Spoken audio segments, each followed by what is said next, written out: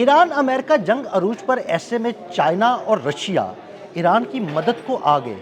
एक सवाल ज़ेरे गर्दिश है कि ईरान की मदद को चाइना और रशिया कैसे पहुंचे और किस तरह ईरान की मदद की जा रही है। आमिर रज़ा मेरे साथ मौजूद है, उनसे बात करते हैं। आमिर भाई, कुछ सवाल ज़ेरे गर्दिश हैं कुछ दिनों से कि जी चाइना और रशिया ईरान की मदद को तो आए हैं, लेकिन किस तरह मदद कर रहे हैं, ये हमारे नाज़रीन को ज़रा बताइए। देखिए, बहुत सारे लोगों को शायद अंदाज़ा नहीं है कि इस वक्त भी ईरानी टेक्नोलॉजी जो कि सुपरसीड कर रही है अमेरिकन और इजरायली टेक्नोलॉजी को, ये रशिया और चाइना की ही मदद की वजह से हुई है। ये कोई अनोखी और दिखी चुपी बात नहीं थी, लेकिन क्योंकि यूरोपियन यूनियन और जो नेटो है वो अब बोला है कि जी रशिया इसके पीछे है, यानी अब वो साफ लफ्ज़ों में ये बात कह रहे हैं कि ईरान सामने है और ईरान के पीछे दो बड़ी कुव्वतें मिलकर अमेरिका को मार रही हैं और अमेरिका मर रहा है। इससे भी कोई दूसरी राय नहीं हो सकती, क्योंकि जो सैटेलाइट जैमिंग है वो सबसे बड़ा सबूत है कि रशिया और चाइना इस पूरे मामले को खुद कंट्रोल कर रहे हैं और देख रहे हैं। आपको याद होगा जब जंग का आगाज़ हुआ था आदिल भाई, तो मैंने बाइडू का जिक्र किया था। हाँ जी, बिल्कुल। मैंने ये कहा था कि बाइडू सिस्टम के ज़रिए से ना सिर्फ जैमिंग की जा रही है बल्कि डेटा ट्रांसफ़र किया जा रहा है। इसीलिए ईरान हैक करता है एफबीआई को अमेरिका के अंदर, लेकिन अमेरिका अभी तक ईरान के किसी एक कंप्यूटर को भी हैक करने में कामयाब नहीं हुआ है।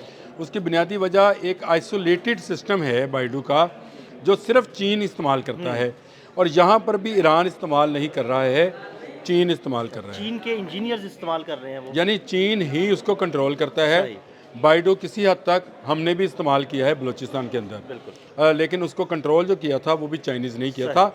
ये इसके कोड जो हैं वो किसी को देते ही नहीं हैं, वो चाइनीज़ के अपने सीक्रेट कोड्स हैं और अपनी लैंग्वेज के अंदर बनाए हुए हैं। ये उनका अपना बनाया हुआ सिस्टम है। पहली बात तो ये हो गई जो आपने चाइना की मदद की बात की।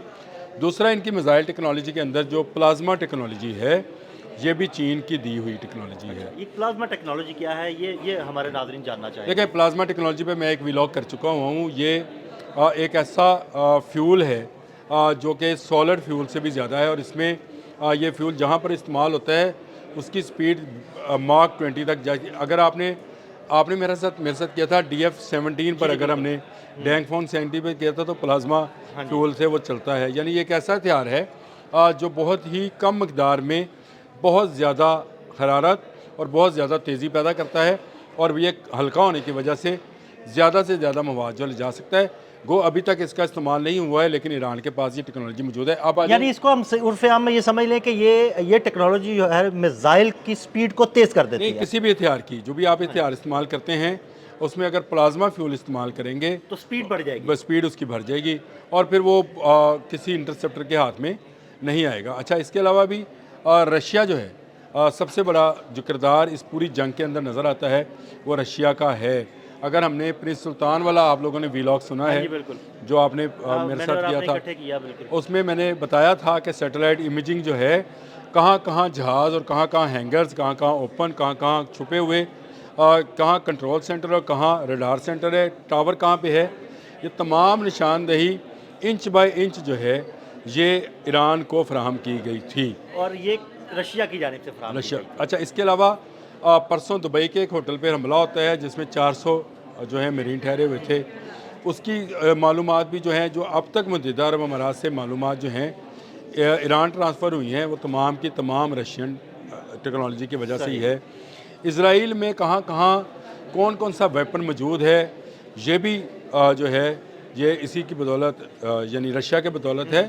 तो ये अब फिज़िकल वार के अंदर दुनिया इस तरह से एंटर नहीं होती है, कोई भी जंग हो। मसलन अगर आपको मैं मिसाल देना चाहूँ तो शायद मैं दे पाऊँ कि ना दे पाऊँ, लेकिन जंग मई आपको अगर याद है तो उसमें चाइना तो इन्वॉल्व नहीं था। जी, चाइना नहीं इन्वॉल्व था, सिर्फ चाइना की टेक्नोलॉजी इन्वॉल्व। अब आप समझ गए बात को कि अगर दुनिया भी ये समझ जाए, अब बराह रास्त जंग अमेरिका और चाइना की नहीं होनी है, अब बराह रास्त जंग रशिया और अमेरिका की नहीं होनी है।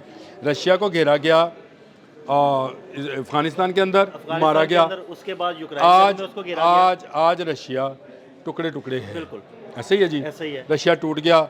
इसके बाद वियतनाम के अंदर चीन ने घेर लिया अमेरिका को। बिल्कुल। अच्छा, एक छोटा सा मुल्क वियतनाम जो कि अस्करी मुल्क भी नहीं है, यानी वो कोई ताकत नहीं थी, लेकिन चाइनीज़ टेक्नोलॉजी ऐसी थी या चाइनीज़ हिकमत अमली, जंग की हिकमत अमली ऐसी थी कि वहाँ पर अमेरिका को नाको चने चबवाए और भागने पर मजबूर किया। बिल्कुल।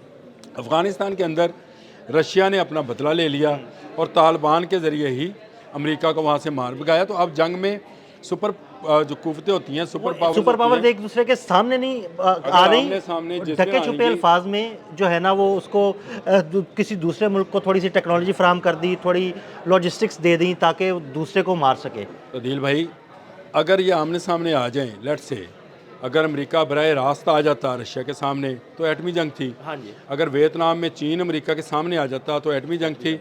आज ईरान में अमेरिका और इजराइल को जो मार पड़ रही है, अगर इसके पीछे रशिया और चाइना बिहाइंड द सीन और स्क्रीन या बिहाइंड द कर्टन ना होते, फ्रंट पे होते तो एटमी जंग थी। बिल्कुल ऐसे ही। अब इससे बचने के लिए तरीका यही है कि जब कोई सुपर पावर हमाकत करे, जब किसी सुपर पावर के पास डोनाल्ड ट्रंप जैसा दिमाग जो है वो आ जाए, जो खुद को अक्ले कुल समझता हो और वो ईरान पर नेतन्याहू के कहने पर चढ़ दौड़े, तो फिर बाकी कुव्वतें जो हैं मज़ा लेना शुरू करती हैं।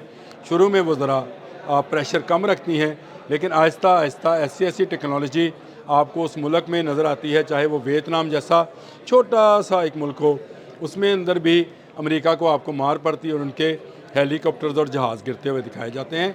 इसी तरह आज भी ये क्या लोगों का ख्याल ये है कि जो F-35 लॉक हुआ था, हाँ जी, वो कैसे ही लॉक हो गया था, वो किसी की तो टेक्नोलॉजी थी ना। उसका सैटेलाइट इमेज लगाएं साथ ज़रा। हाँ जी बिल्कुल। तो क्या ये किसी की टेक्नोलॉजी थी?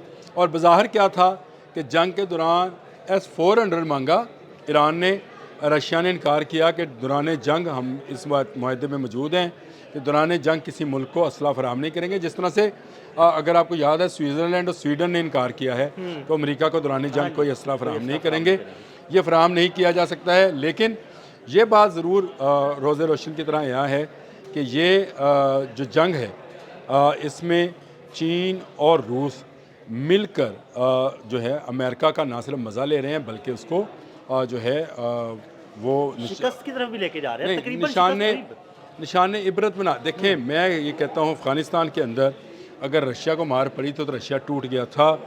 मुझे लगता ये है कि इस जंग के बाद अमेरिका टूट जाएगा। अब ये बात कहाँ तक साबित होती है? और एक बात और भी है, मैंने एक दिन इशारे के नामे में आपसे बात की थी कि इस जंग के लिए अमेरिकन कांग्रेस से इजाज़त नहीं ली गई।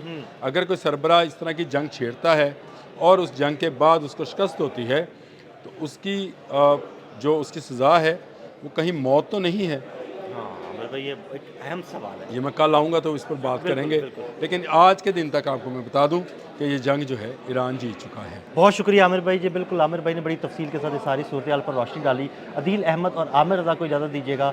अल्लाह हाफिज़।